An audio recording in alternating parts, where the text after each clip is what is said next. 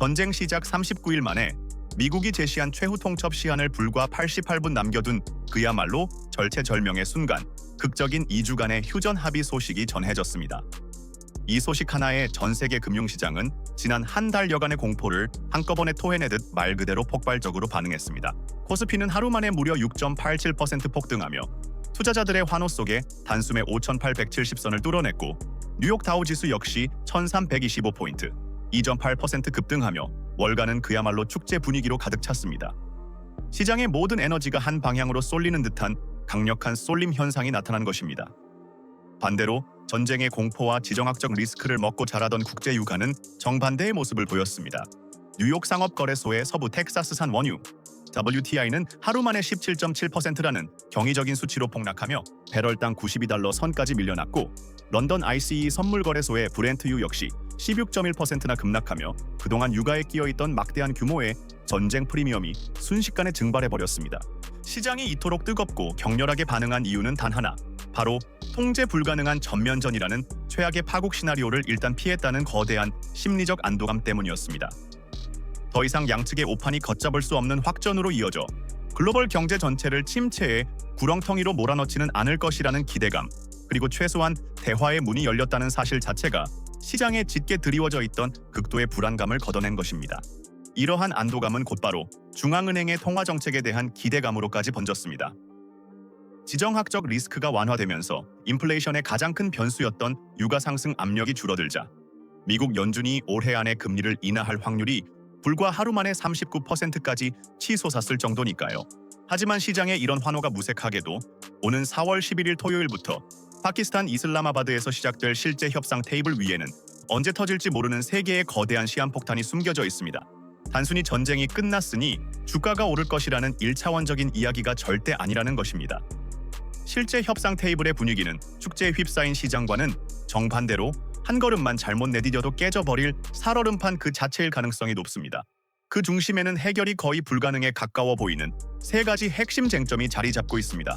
가장 먼저 우리 경제에 직접적인 청구서를 날릴 수 있는 호르무즈 해협의 통행료 문제부터 시작해서 15년 묵은 난제이자 양측의 신뢰를 근본적으로 뒤흔드는 이란의 우라늄 농축 프로그램, 그리고 이 모든 논의를 단 한 발의 포성으로 한순간에 물거품으로 만들 수 있는 레바논 문제까지, 그야말로 한치의 양보도 어려운 근본적인 이해관계가 충돌하고 있는 것이죠. 물론 미국 역시 협상 타결 의지가 강하다는 신호를 명확히 보내고 있습니다. 트럼프 대통령이 매파가 아닌 대표적인 비둘기파로 꼽히는 펜스 부통령을 위코프 특사 코슈너와 함께 협상 대표로 보낸 것이 그 가장 강력한 증거입니다. 이는 어떻게든 이번 협상에서 가시적인 성과를 만들어내겠다는 강력한 정치적 메시지로 해석할 수 있습니다. 하지만 아무리 의지가 강하다 한들 수십 년간 얽히고 설킨 이 세 가지 거대한 암초를 피해가기는 현실적으로 매우 어렵습니다. 만약 이 쟁점들이 해결되지 않은 채 어설프게 시간이 흘러간다면 어렵게 얻어낸 2주간의 휴전은 항구적인 평화를 위한 초석이 아니라 오히려 더 큰 충돌을 위한 숨 고르기에 불과한 위험한 시간이 될 수도 있습니다. 그렇다면 이 세 가지 난제 중 당장 우리 경제의 비용 구조를 근본적으로 바꿔버릴 수 있는 호르무즈 해협 통행료 문제부터 자세히 들여다보겠습니다. 호르무즈 해협은 전 세계 해상 원유 물동량의 20%가 지나는 그야말로 세계 경제의 대동맥이자 숨통과도 같은 곳입니다. 전쟁 이전 하루 평균 135척의 선박이 분주하게 오가던 이곳은 지금은 고작 12척 남짓한 배들만이 막대한 보험료와 위험을 감수하며 통과하는 유령의 바다가 되었습니다. 바로 이 지점에서 미국과 이란이 꺼내든 카드가 전 세계를 긴장시키고 있습니다. 월스트리트 저널에 따르면 양국이 해협의 안전 보장을 명분으로 이곳을 지나는 선박 한 척당 약 200만 달러, 우리 돈 30억 원에 달하는 통행료를 공동으로 징수하는 방안을 논의하고 있다는 겁니다. 이는 마치 분쟁을 일으킨 당사자들이 전 세계를 상대로 일종의 안보세를 물리겠다는 것과 다름없습니다. 보도와 경찰이 고속도로를 막고 있다가 이제부터 안전하게 지나게 해줄 테니 통행료를 내라고 톨게이트를 같이 운영하겠다는 뜻이나 마찬가지인 셈이죠. 이 비용은 일시적인 충격을 넘어 우리 경제의 영구적인 족쇄로 작용하게 됩니다.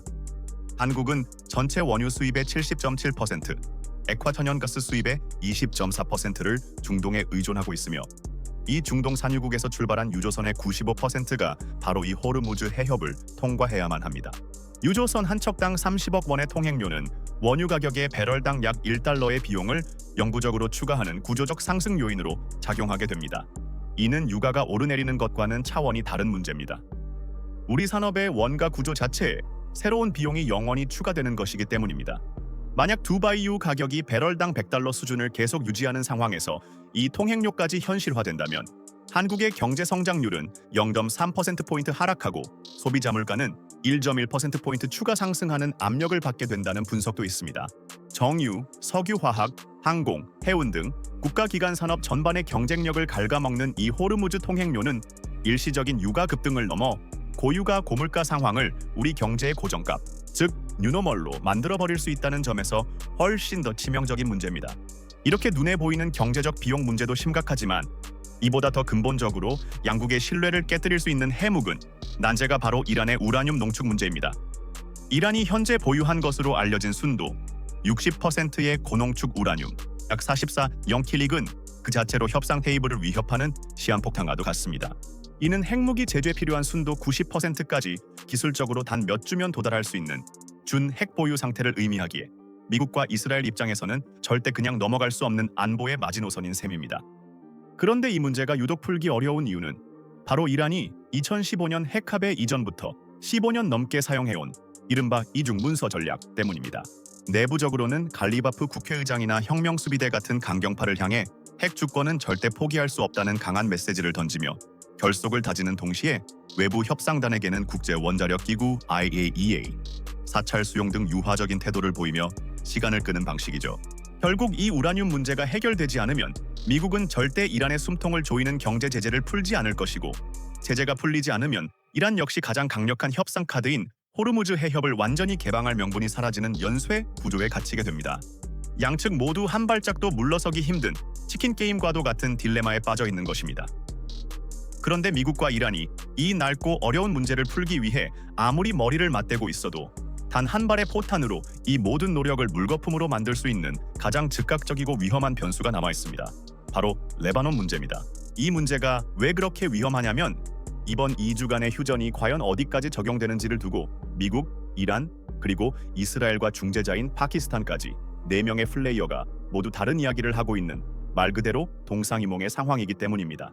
한쪽에서는 이란의 대리 세력인 헤즈볼라까지 포함하는 포괄적인 휴전으로 이해하는 반면 다른 한쪽에서는 오직 미국과 이란 사이에 직접적인 군사 충돌 중단으로만 한정해서 해석하고 있습니다. 실제로 이스라엘은 휴전 합의와는 무관하다는 듯이 레바논 남부에 대한 공습을 멈추지 않고 있으며 이미 112명이 넘는 사망자가 발생했습니다. 바로 이 지점이 이란에게는 미국이 약속을 어겼다고 주장하며 판을 엎어버릴 수 있는 완벽한 명분을 제공합니다. 우리는 약속대로 군사 행동을 멈췄는데 미국의 동맹국인 이스라엘은 우리 동맹을 공격하고 있다고 선언하며 휴전을 파기하고 호르무즈 해협을 다시 봉쇄할 카드를 쥐게 되는 셈입니다. 레바논은 이란이 호르무즈 재봉쇄 카드를 다시 꺼낼 명분을 주는 동시에 이스라엘이 언제든 이 판을 깰 준비가 되어 있다는 치명적인 신호이기도 합니다.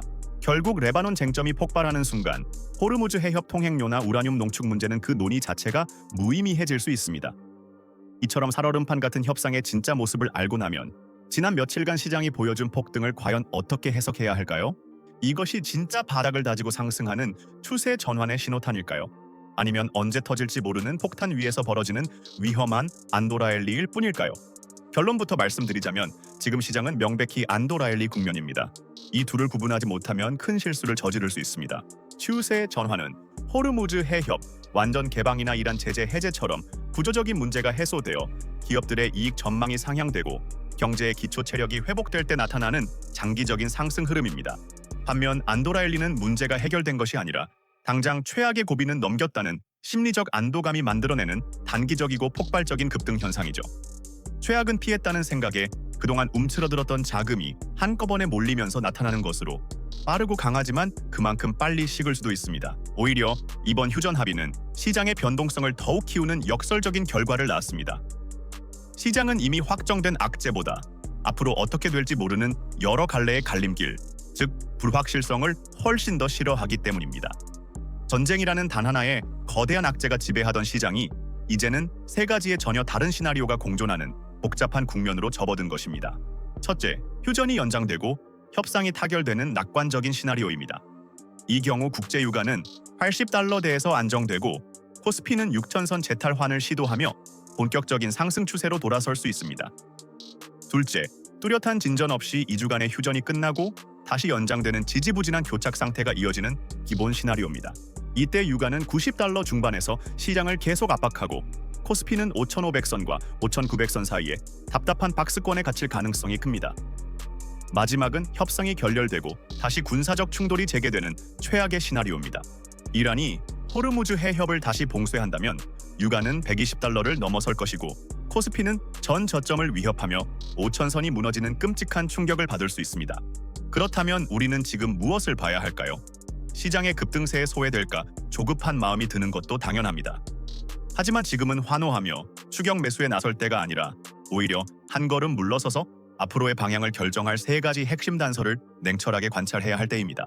이 거대한 불확실성의 안개 속에서 길을 잃지 않기 위해 우리가 반드시 주목해야 할 세 가지 관전 포인트가 있습니다. 첫 번째는 이번 주말 파키스탄 이슬라마바드에서 열리는 협상의 결과입니다. 여기서 안전보장이나 신뢰 구축 같은 모호한 표현이 아닌 구체적인 이행 계획과 검증 방식이 담긴 합의문이 나오는지에 따라 다음 주 시장의 단기 방향성이 결정될 것입니다. 두 번째는 이란 최고국가 안보회의에서 나올 공식 발표 내용입니다. 과연 이란은 내부 강경파를 의식한 원론적인 입장을 되풀이할지 아니면 국제사회를 향해 유연한 메시지를 던질지 이 발표의 수위에 따라 미국의 제재 완화 폭과 호르무즈 해협의 개방 정도가 연쇄적으로 결정될 것입니다. 그리고 마지막 세 번째는 이 모든 협상 테이블 자체를 한순간에 엎어버릴 수 있는 가장 위험한 변수인 이스라엘의 레바논에 대한 군사 행동 수위입니다. 이스라엘이 군사 행동의 강도를 높여 이란을 자극한다면 이는 협상 파기의 최고의 명분을 이란에게 쥐어주는 셈이 됩니다. 결국 우리는 하루하루의 주가 등락에 일희일비하기보다는 앞으로 펼쳐질 시장의 진짜 방향을 알려줄 이 세 가지 핵심 변수의 움직임을 끈질기게 추적하고 분석해야 합니다.